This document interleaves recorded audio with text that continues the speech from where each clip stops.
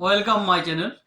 তোমরা যারা নবোদয় বিদ্যালয়ে ভর্তি হবে বা বিভিন্ন কম্পিটিশন পরীক্ষায় বসবে বা মেধা পরীক্ষা দেবে, তাদের জন্য আমি আসন্ন মানের কিছু প্রশ্ন নিয়ে এসেছি এবং আসন্ন মান বলতে কি বোঝো সেটা আগে তোমাদের বোঝাবো।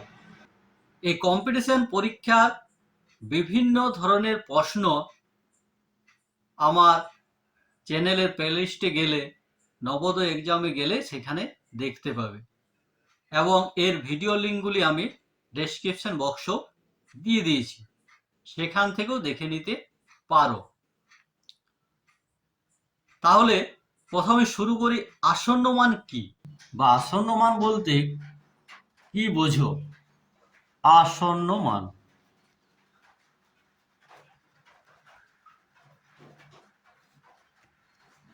আসন্ন মান বলতে এমন একটি সংখ্যা বোঝায় যার আগের সংখ্যাটির কাছাকাছি কিন্তু সমান নয়। যেমন 8.9। তাহলে 8.9 একে যদি আমরা আসন্ন মানে বলি তাহলে আমরা বলবো 9। তাহলে 8.9 এর কাছাকাছি হচ্ছে 9 কিন্তু সমান নয়, শুধুমাত্র কাছাকাছি সংখ্যাটি হচ্ছে আসন্ন মান। দশমিক সংখ্যার আসন্ন মান,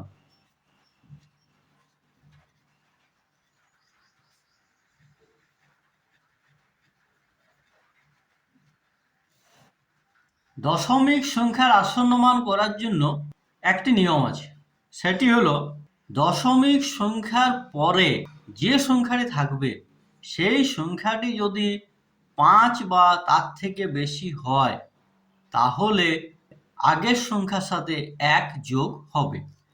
যেমন আমরা যদি 7.6কে দেখি, 7.6 এর আসন্ন মান হবে, এখানে দশমিকের পরে আছে 6, অর্থাৎ 5-এর থেকে বড়, 5 বা তার থেকে বড়, তাহলে আগের সংখ্যা অর্থাৎ 7-এর সঙ্গে 1 যোগ হবে, তাহলে হয়ে যাবে আসন্ন মানে 8। আবার যদি দেখি আমরা 5.2 এর আসন্ন মান,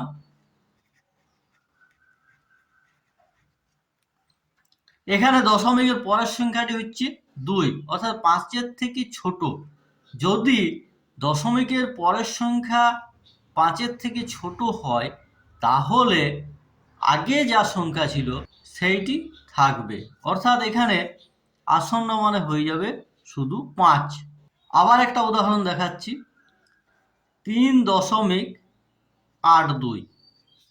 তাহলে এর আসন্ন মান হচ্ছে, এটা হচ্ছে আসন্ন মানের চিহ্ন, সমানের সঙ্গে ওপরে একটি ঢেউ খেলানো। তাহলে এই 3.82 এর আসন্ন মান হবে কত না, এখানে আসন্ন মান হবে দশমিকের পরের সংখ্যাটি হচ্ছে 8, তাহলে 8 হচ্ছে 5-এর থেকে বড়, তাই আসন্ন মানে হবে 4। আবার একটা উদাহরণ দেখাচ্ছি, 2.5। তো 2.5 এর আসন্ন মান হবে, যেহেতু দশমিকের পরে 5 আছে তাহলে 5 বা তার থেকে বেশি হলে আগের সংখ্যার সাথে 1 যোগ হয়, তাহলে 2 আর 1 3, তাহলে আসন্ন মান হচ্ছে 3। এবার 10 এর গুণিতকে যদি বার করা হয় আসন্ন মান, তাহলে 10 এর গুণিতকে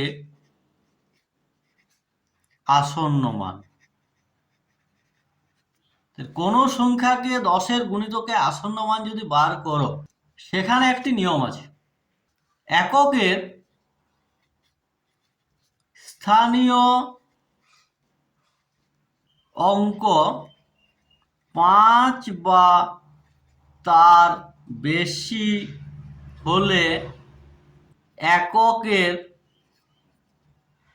স্থানীয়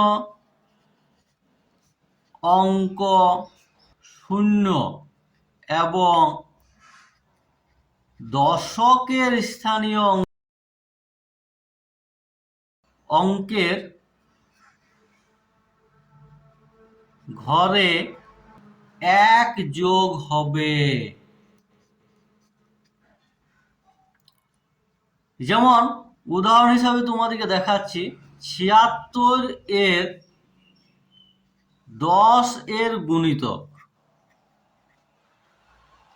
হবে। 76 এর 10 এর গুণিতক হবে। আমরা যদি এই নিয়মটি দেখি তাহলে এককের স্থানীয় অঙ্ক 5 বা তার থেকে যদি বেশি হয়, তাহলে এখানে আছে 6, 76 এর 6, তাহলে 6 হচ্ছে 5-এর থেকে বড়, তাই এককের স্থানীয় অঙ্ক হবে 0। তাহলে এখানে আমরা একক হয়ে গেল আমাদের 0, এবং দশকের স্থানীয় অঙ্কের ঘরে 1 যোগ হবে। তাহলে 7-এর ঘরে যদি 1 যোগ হয় তাহলে হয়ে যাচ্ছে 7 আর 1 8। তাহলে 76 এর 10 এর গুণিতক হবে 80। আবার একটি উদাহরণ দেখাচ্ছি, 155, তাহলে এর 10 এর গুণিতক হবে, এখানে একক হচ্ছে 5, তাহলে 5 বা তার থেকে বেশি হয় তাহলে একক হয়ে যাচ্ছে আমাদের 0, এবং তার পরিবর্তে দশকের স্থানীয় অঙ্ক এখানে হচ্ছে 5, তাহলে 5-এর সঙ্গে 1 যদি যোগ হয় তাহলে হয়ে যাচ্ছে 6, আর শতকে যা আছে তাই, তাহলে 160। আবার একটা উদাহরণ দেখাচ্ছি, 103 এর 10 এর গুণিতক হবে। তাহলে 103 এর এককের স্থানীয় অঙ্ক হচ্ছে 3, তাহলে 3 হচ্ছে 5-এর থেকে ছোট, 5-এর থেকে ছোট হওয়ার জন্য এখানে এককের স্থানীয় অঙ্ক হবে 0, এবং দশকের স্থানীয় অঙ্কে কোনো সংখ্যা যোগ হবে না, তাহলে এখানেও হবে 0, আর শতকের ঘরে যা আছে তাই। তাহলে যদি এককের অঙ্ক 5-এর থেকে কম হয় তাহলে তোমরা মনে রাখবে যে এককের অঙ্ক 5 এর চেয়ে ছোট হলে এককের স্থানীয় অঙ্ক 0, এবং দশকের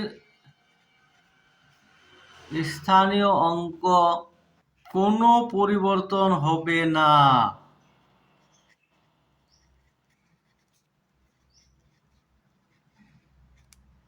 আমি আরেকটা উদাহরণ দেখাচ্ছি, 52 এর 10 এর গুণিতক হবে, তাহলে এখানে 2টা হচ্ছে 5-এর থেকে ছোট, তাই এককের ঘরে হচ্ছে 0, এবং দশকের ঘরে কোনো পরিবর্তন হবে না, তাহলে 5টা 5-এ থাকবে, তাহলে হয়ে গেল 50। এবার 100-র ঘরে যদি তোমরা করো তাহলে 100-র গুণিতকের আসন্ন মান একইভাবে হবে। যেমন 100-র গুণিতকে যদি আমরা একটা উদাহরণ দেখাচ্ছি, এক্সাম্পল, ধরো 1560, 1560 এর 100 এর গুণিতক হবে, কত হবে? এখানে আমাদের 1560 আমরা 100 গুণিতক যখন করব তাহলে এই দশকের অঙ্কটা আমরা দেখব। দশকের অঙ্ক যদি 5 বা তার থেকে বেশি হয় তাহলে শতকের সঙ্গে 1 যোগ হবে, আবার দশকের অঙ্ক 5-এর থেকে ছোট হলে শতকের ঘরে কোনো পরিবর্তন হবে না। তাহলে 1560-এর 100-র গুণিতক হবে, তাহলে এখানে দশক হচ্ছে 5-এর থেকে বড়, তাহলে আগের ঘরে 1 যোগ হচ্ছে, তাহলে এখানে হয়ে যাচ্ছে 15 আর 1 1600। আবার একটা উদাহরণ দেখায়, 1320 এর 100 এর গুণিতক হবে, এখানে দশকের ঘরের অঙ্ক হচ্ছে 2, তাহলে 5-এর থেকে ছোট, তাই আগের ঘরে অর্থাৎ শতকের ঘরে কোনো পরিবর্তন হবে না, তাহলে এটা হয়ে যাচ্ছে 1300।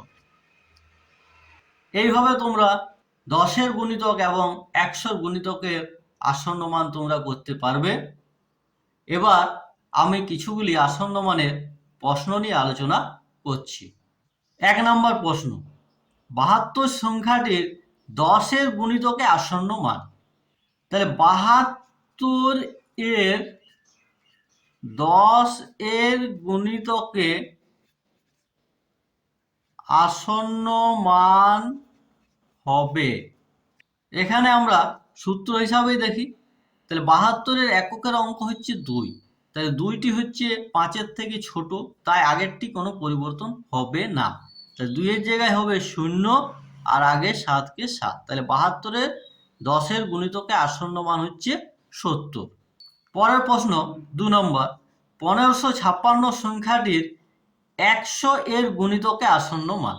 তাহলে 100 গুণিতকে আসন্ন মান করার জন্য আমাদেরকে দশকের অঙ্ক দেখতে হবে।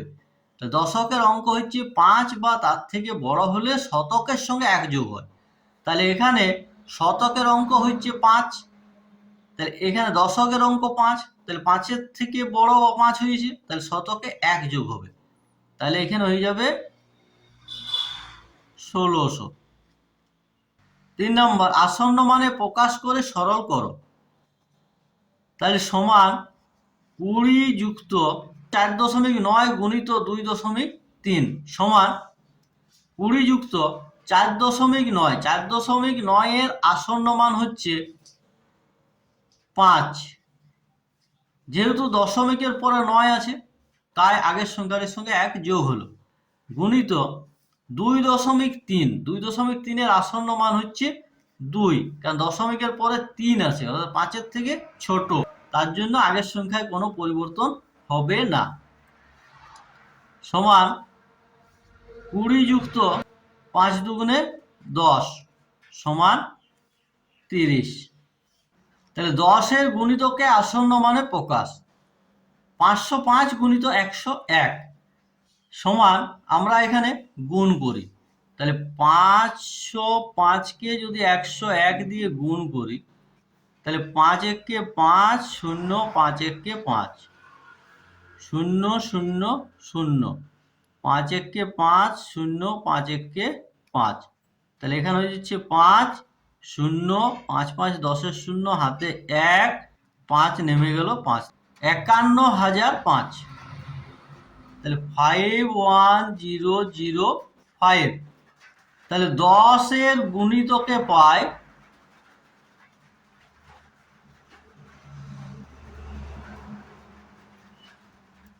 এখানে এককের অঙ্ক হচ্ছে 5, 5 থাকার জন্য আমাদের দশকের অঙ্কে 1 যোগ হবে, তাহলে 510, তাহলে শূন্যটি হয়ে যাবে 1 এবং 5টি হয়ে যাবে 0, তাহলে 51,010।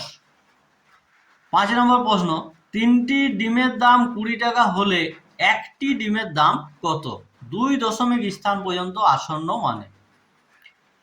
তাহলে 3টা ডিমের দাম 20 টাকা, তাহলে একটা ডিম, তাহলে 3 দিয়ে ভাগ, 20কে 3 দিয়ে যদি আমরা ভাগ করি, 3 6 18, 2 দশমিক আছে 0, আবার 20, আবার 6 দিয়ে যাবে 18, আবার 2 আসছে, দশমিক আছে 0 দিলাম 20 হয়ে গেল, আবার 6 দিয়ে 18, তাহলে আমাদের দশমিকের পরে 2 ঘর বলেছে, তাহলে আমাদেরকে 3 ঘর বার করতে হবে, তাহলে আবার 2, দশমিক আছে 0, আবার 6 দিয়ে 18, বাকি থাকছে 2, তাহলে দশমিকের পরে 3 নাম্বার ঘরে হচ্ছে আমাদের 6, 6 মানে হচ্ছে 5-এর থেকে বড়, তাই আসন্ন মানে আমরা পাবো 6.67। তাহলে অতএব একটি ডিমের দাম 6.67 টাকা। 6 নম্বর প্রশ্ন, এক জোড়া জুতোর দাম 99.99 টাকা হলে আসন্ন মানে কত টাকা হবে? আসন্ন মানে হবে 100 টাকা হবে।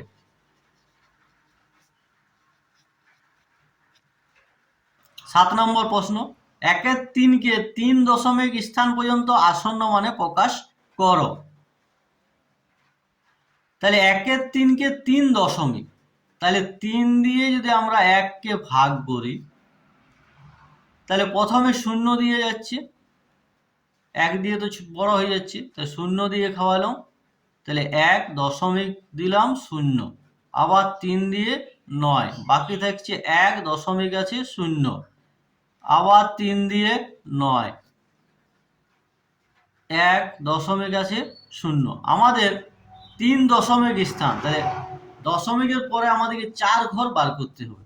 তাহলে আবার 3 দিয়ে 9, বাকি থাকছে 1, আবার 3 দিয়ে 9, 1 বাকি থাকলো। তাহলে এটা আসন্ন মানে হচ্ছে, যেহেতু এককের অঙ্ক 5-এর থেকে ছোট, তাই আগের সংখ্যার কোনো পরিবর্তন হবে না। তাহলে 0.333, 3 দশমিক স্থান পর্যন্ত আসন্ন। 8 নম্বর, 3 টাকা 7 জন ছেলেকে ভাগ করে দিলে প্রত্যেকে কত পয়সা পাবে? তাহলে 3 টাকা, 3 টাকা সমান হচ্ছে 300 পয়সা। এই 300 পয়সাকে যদি 7 জন ছেলের মধ্যে ভাগ করা হয়, তাহলে 7 দিয়ে ভাগ করি, প্রত্যেক ছেলে যখন বার করব। তাহলে 7 দিয়ে 300-কে ভাগ করলে 4 7 28,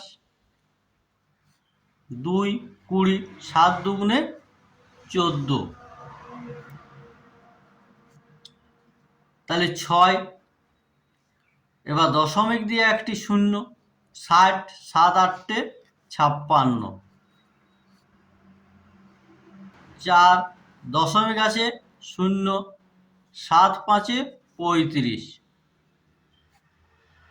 5 দশমিক আছে 0, 7 7 49। তাহলে আমাদের ভাগফল হচ্ছে 42.857। একে যদি আমরা আসন্ন মানে লিখি, তাহলে হচ্ছে 42.86, কারণ এককের অঙ্ক হচ্ছে এখানে 7। তাহলে অতএব প্রত্যেক ছেলে পাবে 42.86 পয়সা।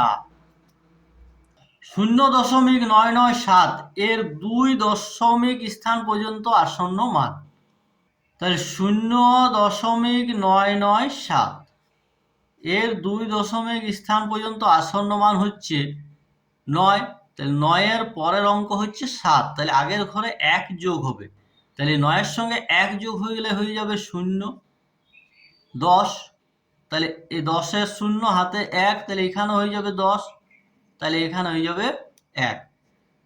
তাহলে অর্থাৎ এটা সমান হচ্ছে 1। 10 নম্বর প্রশ্ন, একটি রেখাংশের দৈর্ঘ্য 1.59 সেন্টিমিটার হলে আসন্ন মানে রেখাংশটির দৈর্ঘ্য কত হবে লেখো। তাহলে আসন্ন মানে হবে